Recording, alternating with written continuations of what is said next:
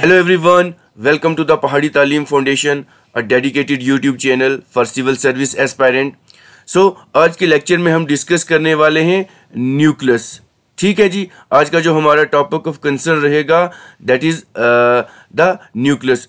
So what is nucleus? सबसे पहले अगर हम देखें न्यूक्लियस होता क्या है.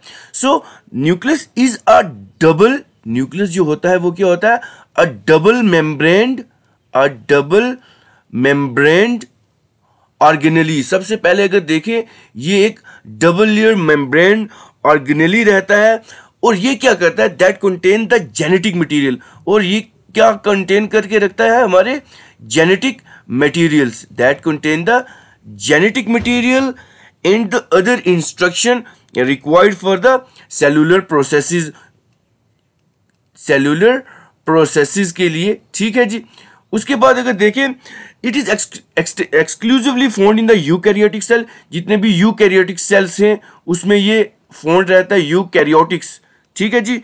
यूकैरियोटिक सेल में यूकैरियोटिक सेल्स जिनके अंदर ट्रू न्यूक्लियस रहता है उनके अंदर रहता है. And it is also one of the largest organelle. ठीक है, और ये सबसे बड़ी ऑर्गेनेली भी है. उसके बाद अगर हम देखें ये क्वेश्चन कभी कभी एग्जामिनर पूछ लेता है कि ब्रेन ऑफ द सेल किसको बोला जाता है? Brain of the cell. So brain of the cell भी हमारा न्यूक्लियस को ही बोला जाता है, क्योंकि अगर देखा जाए nucleus is the largest cell organelle and that contain this genes and it control the all the activities of the cell. तो उसकी वजह से जो है इसको हम ब्रेन ऑफ द सेल भी कहते हैं. और कभी कभी इसको sometime it is refer to as the central unit. कभी कभी इसको क्या बोला जाता है, क्योंकि एग्जामिनर जो है वो क्वेश्चन अपने हिसाब से सेट करेगा. ठीक है ना. तो इसको कभी कभी हम क्या बोलते हैं? सेंट्रल यूनिट भी बोलते हैं. ठीक है जी. एग्जामिनर का ये फोकस रहता है कि वो डिफरेंट वर्ड यूज करे ताकि वो स्टूडेंट्स को कैप्चर कर सकता है कि वो आंसर जो है वो गलत दे सके. तो इसलिए हमें ये भी पता रहना चाहिए कि न्यूक्लियस जो है उसको ब्रेन ऑफ द सेल भी कहते हैं, उसको सेंट्रल यूनिट भी कहते हैं. ठीक है जी. और ये क्या करता है अगर देखा जाए it is sometime to refer to as the central unit of the cell. क्यों कहता है? Because it contain chromosome. क्योंकि ये क्रोमोसोम कंटेन करता है, क्रोमोसोम्स. ठीक है जी. क्रोमोसोम्स कंटेन करता है. और क्या होता है? And that chromosome bear the genetic material. और वो जो क्रोमोसोम होते हैं that bear the genetic material, हमारा जितना भी जेनेटिक मटेरियल है वो इसको कंटेन करके रखते हैं. ठीक है. क्योंकि एग्जामिनेशन पॉइंट ऑफ व्यू से ये चीज़ें बहुत ज़्यादा इंपॉर्टेंट रहती हैं, तो हमें ये सारी चीज़ें जो है वो आनी चाहिए. ठीक है. फिर अगर कुछ और चीज़ डिस्कस करें हम अगर देखा जाए through a true nucleus was first observe by the Dutch scientist. जो पहला ट्रू न्यूक्लियस था उसको एक डच साइंटिस्ट थे, उन्होंने ऑब्जर्व किया था. और जो उनका नाम था वो था एंटन वान लीवनहुक थे. सो इन्होंने किया था कहाँ पे? In the RBCs of in the red blood cell और the red blood corpuscle of the fish, but it was first described by Scottish botanist. लेकिन इनको सबसे पहले जो डिस्क्राइब किया था वो स्कॉटिश बॉटनिस्ट थे जिनका नाम था रॉबर्ट ब्राउन. सो रॉबर्ट ब्राउन ने इनको फर्स्ट डिस्क्राइब किया था. और अगर ऑब्जर्व देखेंगे तो वो किसने किया था? एंटन वान लीवनहुक ने. दिस स्कॉटिश बॉटनिस्ट जो थे रॉबर्ट ब्राउन, इन्होंने कब इसको डिस्क्राइब किया था? इन 1831 को इन्होंने इसको डिस्क्राइब किया था. इन द ऑर्किड सेल में भी डिस्क्राइब किया था. And he was also the first scientist to coin the term nucleus. और इन्होंने ही जो टर्म थी कॉइन की थी न्यूक्लियस को. ठीक है. So it is the Latin word. So जो न्यूक्लियस है वो कौन सा है?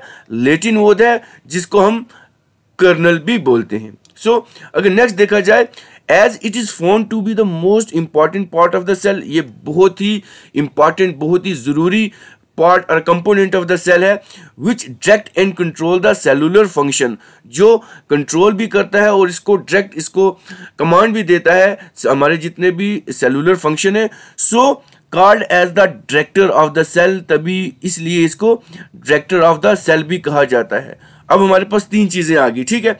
एक तो इसको ब्रेन ऑफ द सेल भी कहते हैं, दूसरा इसको सेंट्रल यूनिट भी कहते हैं, and third part is the director of the cell भी इसको कहते हैं, because it contain genes and chromosome, क्योंकि ये जीन भी कैरी आउट करता है और क्रोमोसोम भी कैरी आउट करता है।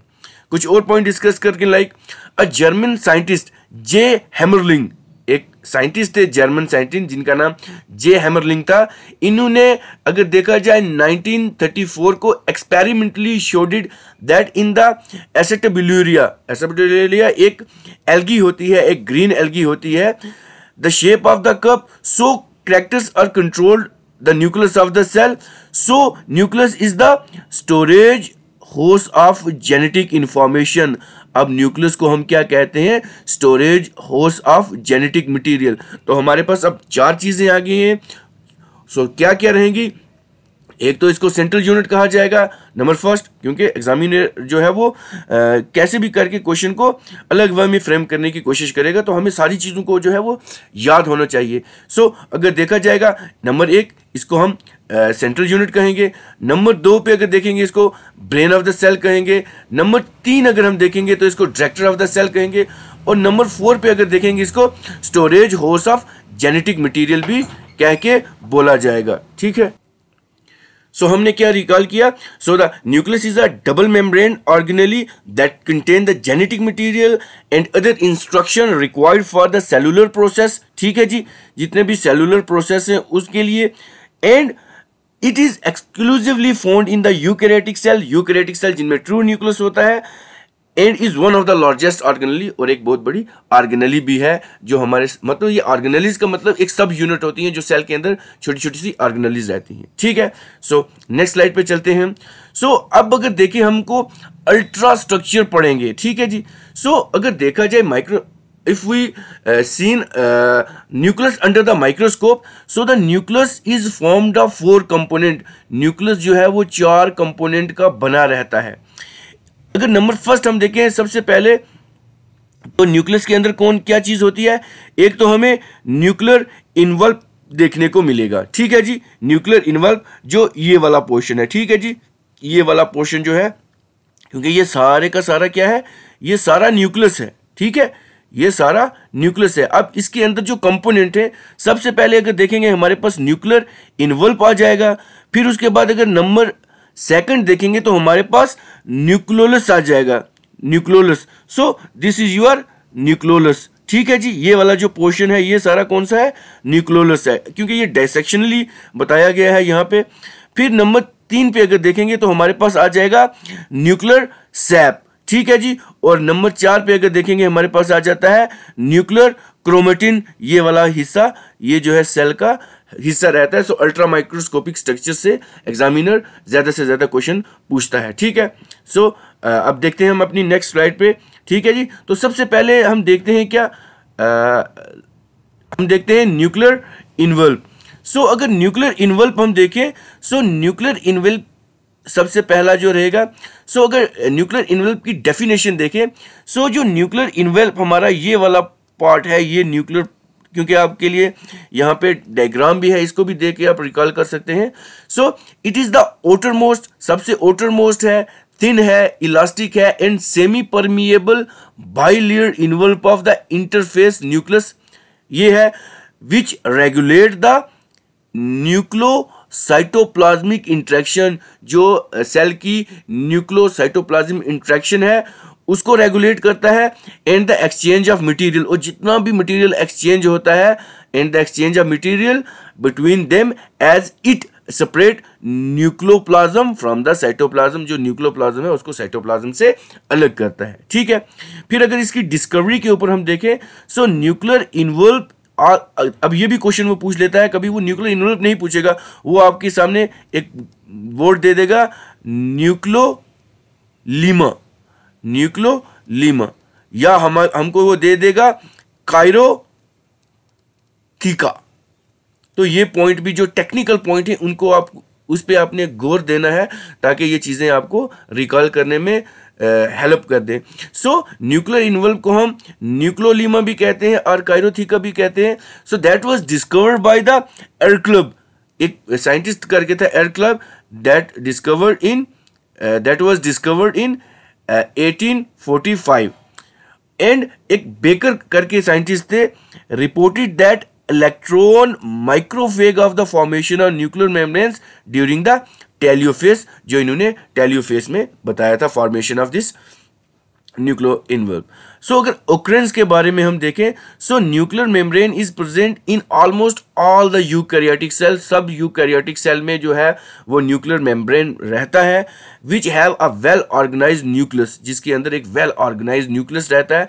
While it is absent in prokaryote, लेकिन प्रोकैरियोट में जो न्यूक्लियस होता है वो एब्सेंट रहता है, in which the nuclear material is in direct content with the cytoplasm. जो न्यूक्लियर मटेरियल हमारे डीएनएज, हमारे जितने भी जेनेटिक मटेरियल होते हैं वो यहाँ तो न्यूक्लियस इन्वॉल्व के साथ अटैच रहते हैं या न्यूक्लियस के बीच रहते हैं, लेकिन प्रोकैरियोट में ये जो पूरा साइटोप्लाज्म होता है, जो फ्लूइड होता है हमारा, उसके बीच ही जो है हमारे साइटोप्लाज्म जो जेनेटिक मटेरियल है वो प्रोकैरियोट्स में वहाँ क्या करते हैं, डायरेक्ट कंटेंट में रहते हैं. ठीक है, प्रोकैरियोट्स में. ठीक है, सो नेक्स्ट स्लाइड पे हम चलते हैं. सो अगर नेक्स्ट देखें, सो what is this nucleolus. Nucleolus क्या होता है? सबसे पहले अगर हम न्यूक्लियोलस की डिस्कवरी पे देखें, so nucleolus also called as little nucleus. ये पहला ही पॉइंट जो है ये बहुत इंपॉर्टेंट है, क्योंकि यही पूछेंगे कि nucleolus is also known as, तो आपके नीचे ऑप्शन दे देंगे. So nucleolus is known as little nucleus. छोटा सा न्यूक्लियस की तरह है लेकिन छोटा सा है. ठीक है, so it was first discovered by Fontana in 1781 में इसको डिस्कवर किया था in the skin cell of the eel. जो स्किन सेल थी ईल, उसमें से इन्होंने डिस्कवर किया था. ठीक है, फिर अगर नेक्स्ट पॉइंट हम देखें, term nucleolus was coined by. ये टेक्निकल चीजें हैं, वो पूछ लेगा कि जो न्यूक्लियोलस टर्म है ये किसने कॉइन की थी. सो जो न्यूक्लियोलस टर्म है वो किसने कॉइन की थी? बोमेन ने की थी इन 1840 में.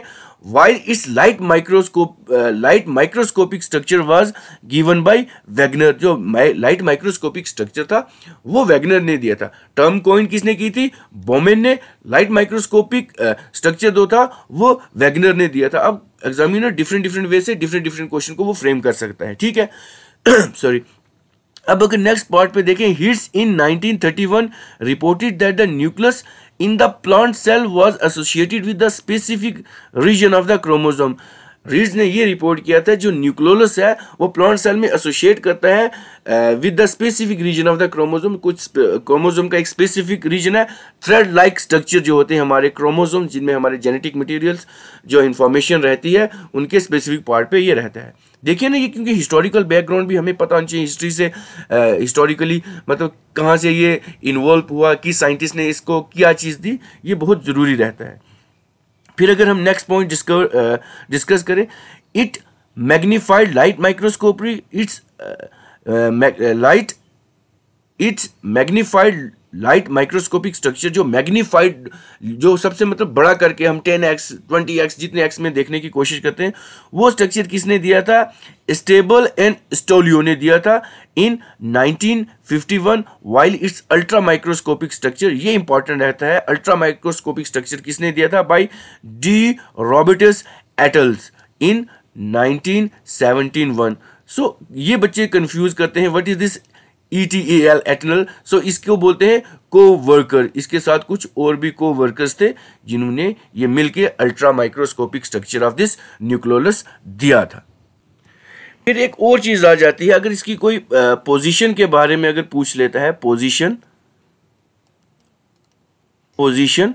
सो अगर पोजीशन के बारे में अगर हम देख लें this nucleolus, so in most of the cases, अगर मोस्ट ऑफ द केसेस में देखा जाए, जो न्यूक्लियोलस है that is associated with the specific हेटेरोक्रोमैटिक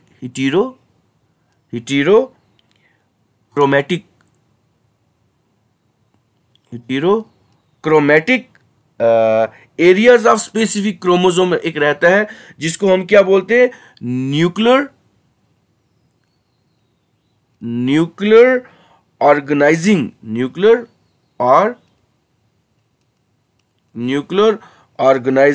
reason, जिसको हम न्यूक्लियर ऑर्गेनाइजिंग रीजन कहते हैं, जिसको हम नॉर भी कहते हैं. ये एग्जामिनेशन में भी क्वेश्चन पूछ लिया जाता है। सो जो न्यूक्लियस है अगर उसका पोजीशन के देखें, मोस्ट केसेस में ज़्यादातर केसेस में अगर देखा जाए, जो न्यूक्लियस है that is associated with the specific heterochromatic, हमारा जो heterochromatic areas of a specific chromosome होता है, जिसको हम क्या कहते हैं, न्यूक्लियर ऑर्गेनाइजिंग रीजन, जिसको हम नॉर कहते हैं ऑफ द न्यूक्लियर क्रोमोसोम। और ये कहाँ पे, ये पूछ लेते ये कब किस फेस में आता है, so that is the interface में आता है, इंटरफेस में ये आता है। एग्जामिनेशन पॉइंट ऑफ व्यू से ये बहुत चीज़ इंपॉर्टेंट रहती है और आने के चांसेस हैं अगर देखा जाए, क्योंकि एग्जामिनर और क्वेश्चन कहाँ से फ्रेम करेगा, और भी बहुत सारी चीज़ें हैं तो उस पर भी वो फोकस कर सकता है। तो ये चीज़ों का आना बहुत ही ज़रूरी है, ठीक है।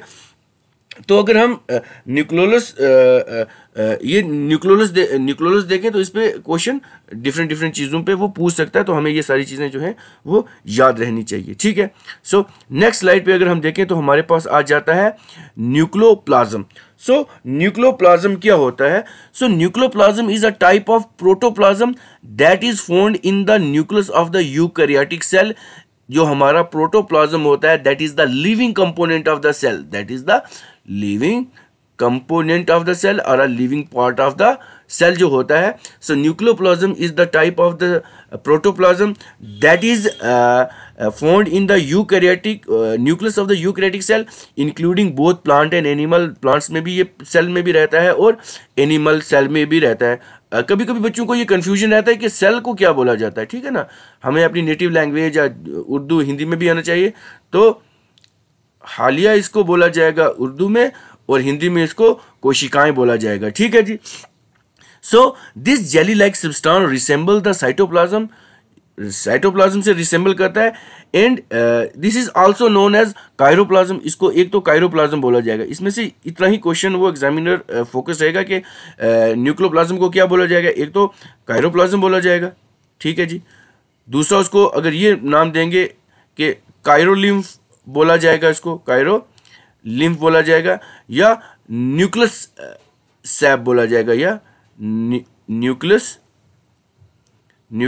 सैप बोला जाएगा, ठीक है। So nucleoplasm is a type of a protoplasm that is found in the nucleus of the eukaryotic cell including both plant and animal में होता है। जेली लाइक सब्सटेंस होता है, रिसेंबलिंग साइटोप्लाज्म जैसा रिसेंबल करता है। और इसको क्या क्या बोला जाता है, कायरोप्लाज्म, कायरोलिम्फ और न्यूक्लियस सैप बोला जाता है। उसके बाद क्या होता है, it remain completely enclosed with in the nuclear membrane और द न्यूक्लियर इन्वल्व के अंदर। जो ये न्यूक्लियर मेम्ब्रेन या न्यूक्लियर इन्वल्व है ना हमारा, न्यूक्लियर इन्वल्व इसके अंदर ही वो क्या रहता है, न्यूक्लियोप्लाज्म जो है वो क्या रहता है, इनक्लोज रहता है। So the primary function of the nucleoplasm, जो इसका प्राइमरी फंक्शन है न्यूक्लियोप्लाज्म का, is to suspend the other nuclear structure in within it. जो उसको है वो सस्पेंड करता है, जो अदर न्यूक्लियर उसके अंदर suspend the other nuclear structure in it, उसको जो है वो सस्पेंड करता है, ठीक है। तो ये चीज़ रहती है। फिर कुछ और, अब देखो जिस तरह ये हमारे पास आ जाता है न्यूक्लियोप्लाज्म और साइटोप्लाज्म में, इनमें अगर डिफरेंस देखें तो क्या आ जाएगा, ठीक है ना। सो अगर देखा जाएगा न्यूक्लियोप्लाज्म जो होता है वो इनसाइड द न्यूक्लियस रहता है, ये न्यूक्लियस के अंदर रहता है। लेकिन साइटोप्लाज्म अगर देखा जाए that is between the cell membrane and the nucleus के बीच रहता है।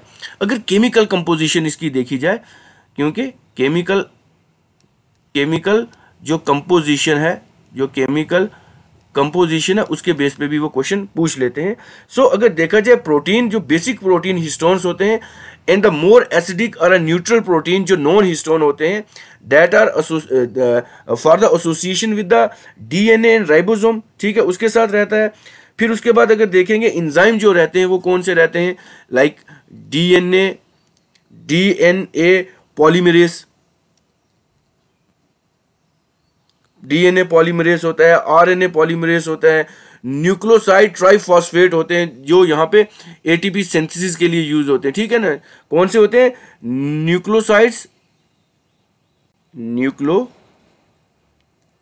न्यूक्लियोसाइड ट्राइफॉस्फेट जो हमारे एटीपी सिंथेसिस के लिए यूज़ होते हैं। फिर उसके बाद और भी काफ़ी कुछ मिनरल्स लाइक मैग्नीशियम्स होते हैं, कोफैक्टर्स होते हैं, ये सारी चीज़ें जो हैं इसके जो केमिकल कंपोजिशन में अगर देखें वो रहती हैं। अगर न्यूक्लियोटाइड के बारे में देखा जाए तो nucleotide as a common as a monomers of the biosynthesis of the nucleic acid रहता है, ठीक है, इसके बीच। सो ये काफ़ी रहेगा मेरे ख्याल में न्यूक्लियोप्लाज्म पे। सो नेक्स्ट पॉइंट हम डिस्कस करते हैं। सो नेक्स्ट पॉइंट हमारा रहेगा न्यूक्लियर क्रोमेटिन। सो न्यूक्लियर क्रोमेटिन क्या रहता है? So nuclear chromatin is a negatively charge polymer. सबसे पहले तो ये नेगेटिवली चार्ज पॉलीमर होता है दैट इज कंपोज्ड ऑफ, इसके अंदर डीएनए होता है that is your di ribonucleic acid, उसके बाद हिस्टोन्स होता है and various non histone protein. And because of its highly charge nature, जो इसका हाईली चार्ज नेचर होता है, ठीक है जी, जो हाईली चार्ज नेचर होता है, so chromatin structure varies greatly depending upon the surrounding environment, that is cations होते हैं आपके, molecular crowding होती है, etc etc, ये काफ़ी सारी चीज़ें यहाँ पे रहती हैं, ठीक है। सो न्यूक्लियर क्रोमेटिन होता है। फिर उसके बाद देखा जाए न्यूक्लियर क्रोमेटिन को हम, ये एग्जामिनर पूछ लेगा कि न्यूक्लियर जो क्रोमेटिन है, न्यूक्लियर जो क्रोमेटिन है इसको और क्या कहा जाता है? सो न्यूक्लियर क्रोमेटिन को न्यूक्लियर रेटिक्यूलम भी कहा जाता है। So it is a dark stained network of a long fine thread, जिसको हम क्रोमेटिन फाइबर भी कहते हैं। ये भी आप याद रखेंगे, एग्जामिनेशन पॉइंट ऑफ व्यू से बहुत ज़्यादा इंपॉर्टेंट रहता है और एग्जामिनेशन में पढ़ने के चांसेस हैं भाई, देख लें आप जितने भी स्टूडेंट हैं, ठीक है। तो उसके बाद अगर हम और कुछ देख लें, अब इसके इसके अगर फंक्शन के ऊपर देख लें हम, तो सबसे पहले जो क्रोमेटिन फाइबर है वो क्या करता है? जो क्रोमेटिन फाइबर जो है वो क्या करता है? दैट कंटेन डीएनए, ये डीएनए कंटेन करता है which act as a genetic material, ठीक है जी। फिर उसके बाद ये क्या करता है? ये क्या है? Synthesis of structural as well as enzymatic protein, synthesis of क्या करता है ये? सिंथेसिस ऑफ स्ट्रक्चरल एंड जो है हमारी दिस इंजाइमेटिक प्रोटीन करता है, ठीक है जी। उसके बाद अगर देखा जाए इसके फंक्शन में, जो हमारे चेंज होते हैं डीएनए में, that was produce variation which help in evolutions, जो हमारे एवोल्यूशंस होते हैं, ठीक है जी, एवोल्यूशंस उसमें रहते हैं। तो change in DNA produce variation which help in evolution, जो एवोल्यूशन में हमारी क्या करते हैं? हेल्प करते हैं, ठीक है। So this is all about this nuclear chromatin. So अगर हम नेक्स्ट देखेंगे कुछ फंक्शंस, क्योंकि फंक्शंस पे ज़्यादा क्वेश्चंस आते हैं, फंक्शन, तो हम देखेंगे this is the function of nucleus जो रहेगा, फंक्शन ऑफ न्यूक्लियस। सो सबसे पहले अगर हम देखें फंक्शन ऑफ न्यूक्लियस में, सो क्या रहता है? It contain the cell heredity information, जो हमारी सेल हेरिडिटी इंफॉर्मेशन होती है, information. So it contain the cell heredity information and control the cell's growth and reproduction, और क्या करता है? जो कंट्रोल करता है सेल की ग्रोथ एंड रिप्रोडक्शन, ठीक है, इसको वो कंट्रोल करता है। ये न्यूक्लियस का एक फंक्शन रहता है। फिर अगर देखा जाए like the nucleus has been clearly explained as a membrane bound organelle structure that comprises the genetic material, ठीक है जी। ये किसको कंप्राइज करता है? जेनेटिक मटेरियल को, ठीक है। ये चीज़ें इंपॉर्टेंट हैं। उसके बाद देखा जाए अगर देखा जाए the central rule of the biology, अगर देखा जाए that state that DNA is copied into RNA and then protein, ठीक है जी। उसके बाद अगर और इसके कुछ फंक्शंस को हम डिस्कस करें, लाइक, तो हमारे पास क्या पॉइंट आ जाते हैं, ठीक है। एक तो ये रहा, दूसरा control of the genetic information, एक तो कंट्रोल ऑफ द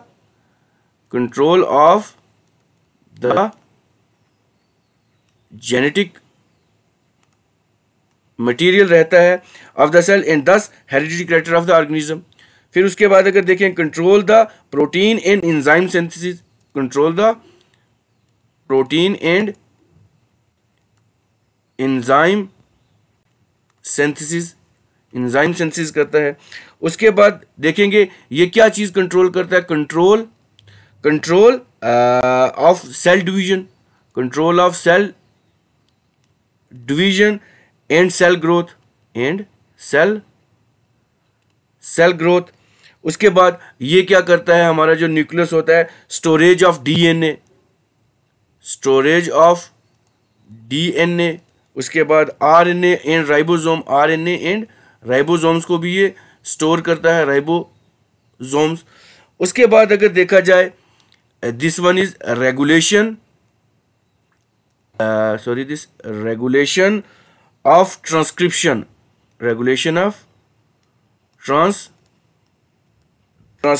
ऑफ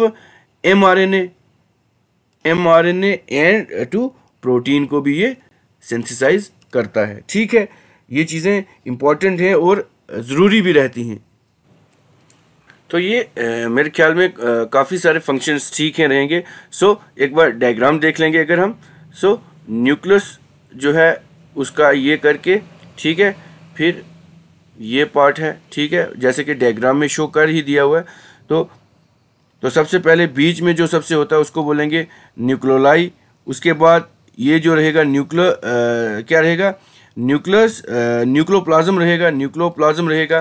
फिर इसके बीच ये जो थ्रेड्स होते हैं, ठीक है ना, इसको बोलेंगे क्रोमेटिन मटेरियल बोलेंगे। फिर इसके ऊपर कुछ थोड़े थोड़े से पोर्स होते हैं, इसको बोलेंगे पोर्स बोलेंगे। और ये स्टडी जो रहता है एंडोप्लाज्मिक रेटिकुलम के साथ रहता है। ठीक है, तो ये चीज़ें आपको याद रखनी है, ध्यान रखनी है। सो ये जो बीच वाला पोर्शन होता है डायसेक्शनली अगर हम देखा जाए, इसी को हम न्यूक्लियोलस बोलते हैं।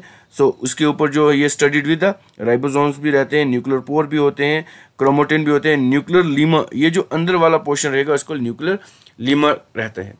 सो with this I have to be some of this lecture. सो ये लेक्चर आपको कैसा लगा आप हमें कमेंट कर सकते हैं, कुछ आपके डाउट्स हो सकते हैं, ठीक है, वो भी आप हमें कमेंट बॉक्स में बता सकते हैं। सो इस वीडियो को ज़्यादा से ज़्यादा शेयर करें, लाइक करें एंड मोस्ट प्रॉबेबली हमारी यूट्यूब फैमिली के साथ जुड़े रहें। दैट इज़ द पहाड़ी तालीम फाउंडेशन। पढ़ना है, बढ़ना है। Thank you very much.